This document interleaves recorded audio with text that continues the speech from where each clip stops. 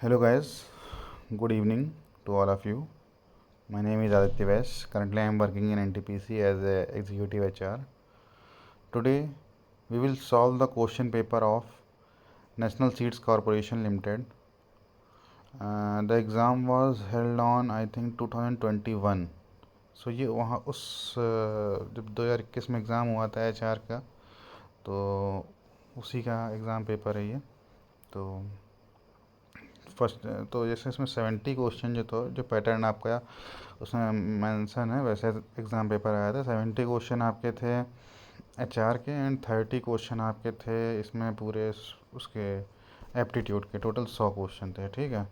तो पहले हम लोग 70 क्वेश्चन करेंगे। तो 70 क्वेश्चन में मैं आज आपको फर्स्ट पार्ट में 30 क्वेश्चन कराऊंगा। तो फर्स्ट क्वेश्चन है, मैं आपको थोड़ा बताऊंगा भी कैसे करना है एग्ज़ाम पेपर, कैसे मैंने एग्ज़ाम पेपर निकाले। मैं 6 गवर्नमेंट जॉब मैंने सेलेक्ट हुआ। मैं इसमें से 4 PUCs के जॉब थे और मैंने इंटरव्यूज़ कई जगह दिए हैं। I was selected in NTPC में, तो मैं कर ही रहा हूँ। MOIL में, मैग्नीज और इंडिया लिमिटेड में था मैं। Apart from that I was working in Union Bank of India and मैंने SOHR का भी दिया और Coal India. Many exams I ever given. DFCCIL, SSC, MPPGCL में ऑल इंडिया रैंक 1 था मेरा। तो उसमें मेरा स्कोर भी काफ़ी अच्छा था, 93 आउट ऑफ 100 था। सो ऑप्शन एलिमिनेशन, तो मैं आपको दिखाता हूँ कि ऑप्शन एलिमिनेट करके क्वेश्चन कैसे सॉल्व करते हैं।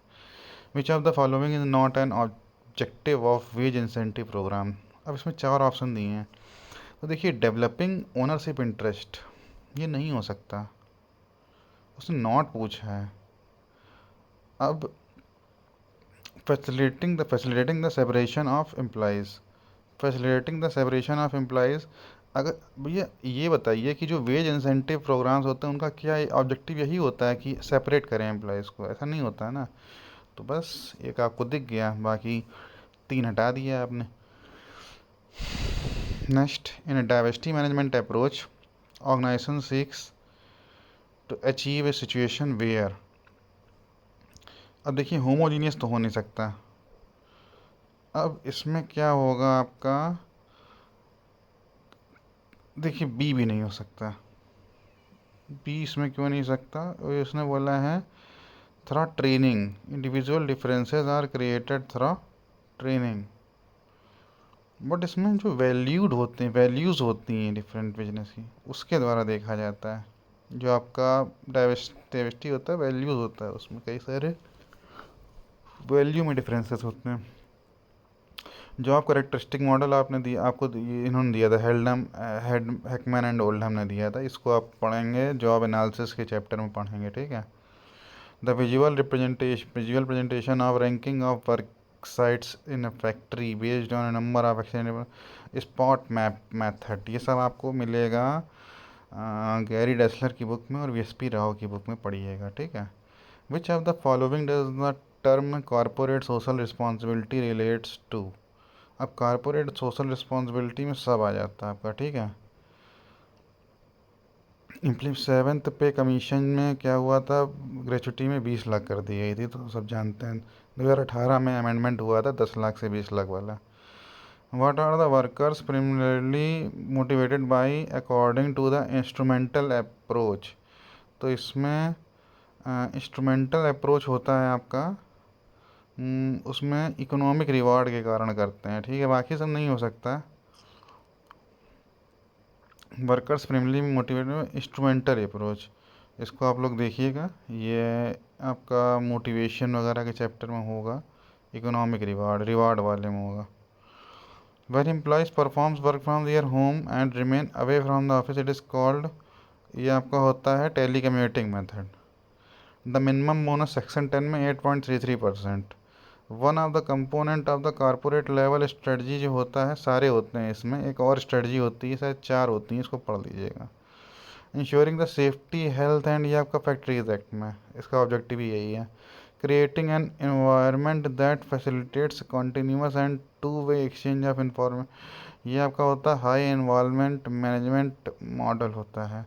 देखिए आप ऐसा करिएगा, देखिए ये जो क्वेश्चंस पूछे गए हैं एचआर के, गैरी डेसलर का पीछे एक आपकी जिसमें एक गैरी डेसलर के पीछे जिसमें डेफिनीशन वगैरह दी गई हैं, उसको क्या बोलते हैं, मुझे भी वर्ड नहीं याद आ रहा है। जैसे मान लीजिए ए से कोई टर्म है तो उसका पूरा इसमें डेफिनीशन दी होगी, वो पूरा पढ़ लीजिएगा, ठीक है। तो आपका वो अच्छा रिवीजन हो जाएगा, उसमें पूरी पूरी यही डेफिनीशन दी हुई है, ठीक है। The total amount of deduction from तीन पढ़, ये आपका होता है एम्प्लॉय शुड नॉट एक्सीड, ये आपका इसमें the total amount of deduction from wages of employee should not exceed, इसका आंसर क्या होगा बताइए। The total amount of wages of should not exceed 50% होता है ये।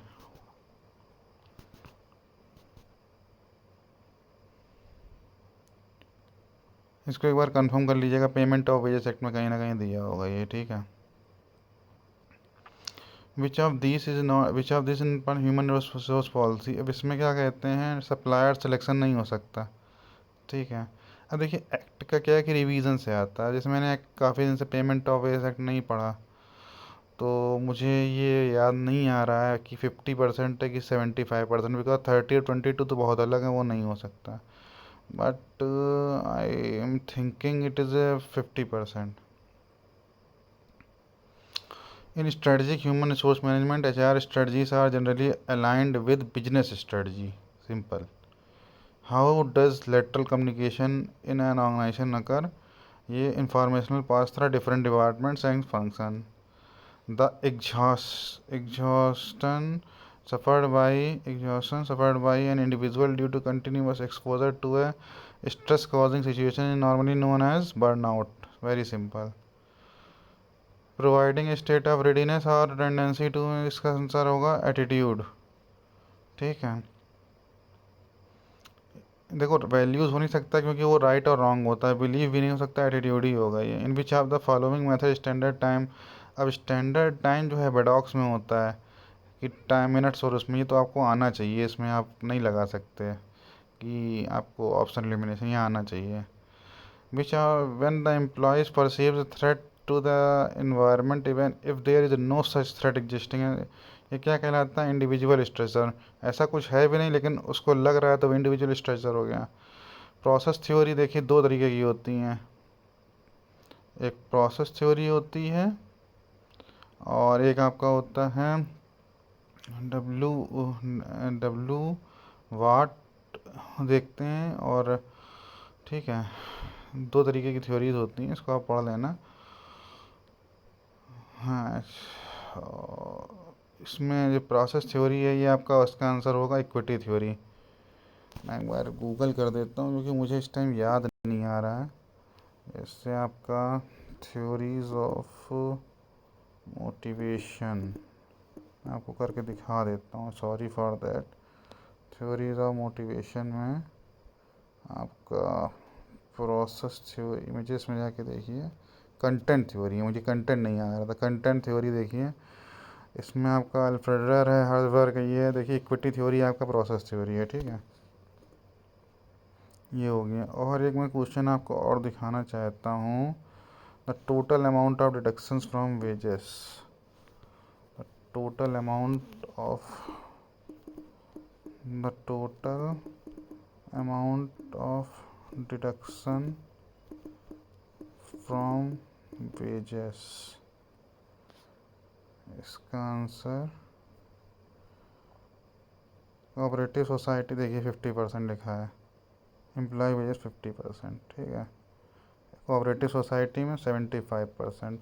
देखिए आपको मैं बताता हूँ, एक साइट है indiagood.com करके, वहाँ आप पेमेंट ऑफ वेजेस एक्ट डालिए और उसके बाद डिडक्शन में आ जाएगा पूरा, डिडक्शन फ्रॉम ये करके, तो इसमें आपका जो मैंने आपको अभी बताया वो कहीं ना कहीं लिखा होगा, ठीक है, जिसमें आपका सारे डिडक्शन से मेंशन है, इसी में कहीं ये 75% वाला भी रूल कहीं इधर लिखा होगा, कोऑपरेटिव सोसाइटी, ये देखिए 75% लिखा है और इन अदर केसेस 50%। तो ये याद रखना पड़ेगा, ठीक है। कंटेंट थ्योरी होता है आपका, बाकी सब ये इक्विटी होता है, मतलब process theory. As per the matter ये 26 वीक्स पता है सबको। अंडर द ये कितना होता है, ये आपका होता है 3500 रुपये। वेज लिमिट कितनी हो गई इस आईसी में आपकी, 21,000 हो गई है। ये किसका फार्मूला है, रोवन का फार्मूला है, ये याद होना चाहिए, रोवन का फार्मूला याद होना चाहिए। हाल से रोवन इमर्सन बाढ़ से क्या होता है। और इसके बाद आपका ईपीएफ किस में आता है पता है, employee provident fund development was constitution section 6D होता है। लाइए मैं आपको दिखा दूँ, जैसे ये है आपके लिए, मैंने ये एक्ट खोला। अब आप इसमें जाइए, इसमें डालिए प्रोविडेंट एम्प्लॉय प्रोविडेंट फंड आ गया। अब आपको कौन कौन सेक्शन याद होने चाहिए, मैं काफ़ी बार बोल चुका हूँ। सेक्शन 6A, उसके बाद 6C ईपीएफ। पीएफ पूछेगा तो आपका आना चाहिए, देखिए पीएफ में आपका आना चाहिए ये वाला ईपीएफ सेक्शन 5। बट अगर आपका पूछेगा section 6A pension scheme, 6C ईडीएलआई, और 6C आपसे ये पूछ रहा है laying the scheme before parliament, मतलब ईपी फेड उसने बनाया है, एम्प्लॉय ट्रिब्यूनल जो बनाया है, ठीक है।